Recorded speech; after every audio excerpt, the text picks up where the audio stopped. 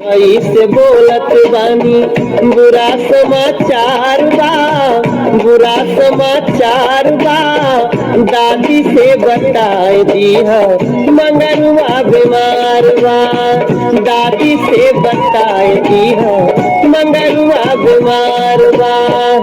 आई हो दादा का हो ना बबुआ के। अच्छा बताओ तनी फोनवा कटी हम।